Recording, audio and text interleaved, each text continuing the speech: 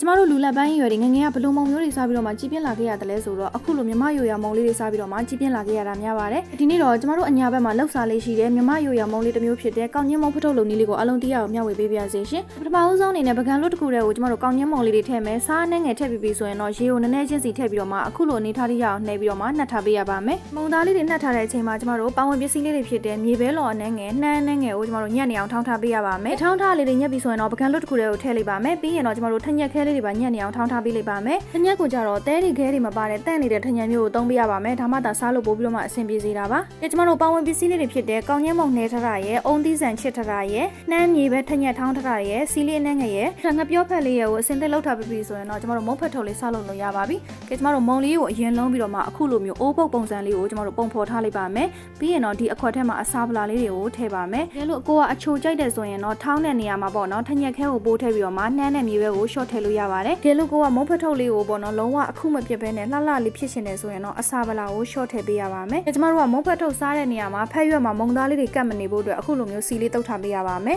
ဖက်ရွက်ထဲမှာမုံသားလေးတွေထည့်ပြီးတော့မှအခုလိုတစ်ခုချင်းပေါ့နော်စိတ်ရှည်လက်ရှည်ထုတ်ပြီးဆိုရင်တော့ကျမတို့ကစပေါင်းလို့ရပါပြီအခုလိုပေါင်းခံစားကအိမ်မှာအလွယ်မရှိတဲ့သူတွေကကြတော့အိုးတစ်ခုထဲမှာမုံဖက်ထုတ်လေးတွေစီထည့်ပြီးတော့မှရေလေးအနှဲငယ်ထည့်ပြီးတော့မှပြုတ်ထားပေးလို့ရပါတယ်ကျမကတော့အခုလိုဒန်နီလေးနဲ့ပဲပေါင်းလိုက်ပါတယ်မိနစ်30ကနေမိနစ်40ကြာပေါင်းပြီးပြီဆိုရင်တော့ကျမတို့ရဲ့မုံဖက်ထုတ်လေးတွေကကျတ်သွားပါပြီအခုလိုမြမယိုရမုံဖက်ထုတ်လေးကလေဘယ်အချိန်ပဲရာသီပဲစားလို့လည်းကောင်းတယ်လို့ဘယ်တော့မှလည်းယုံမသွားပါဘူးအခုဆိုရင်တော့နူးညံ့အိဆက်ပြီးတော့မှချွတ်ချွတ်မွေးမွေးလေးနဲ့စားလို့ကောင်းတယ်ကျမတို့ရဲ့မြမယိုရမုံဖက်ထုတ်လေးကစားလို့ရပါပြီရှင်အားလုံးကိုကျေးဇူးပါရှင်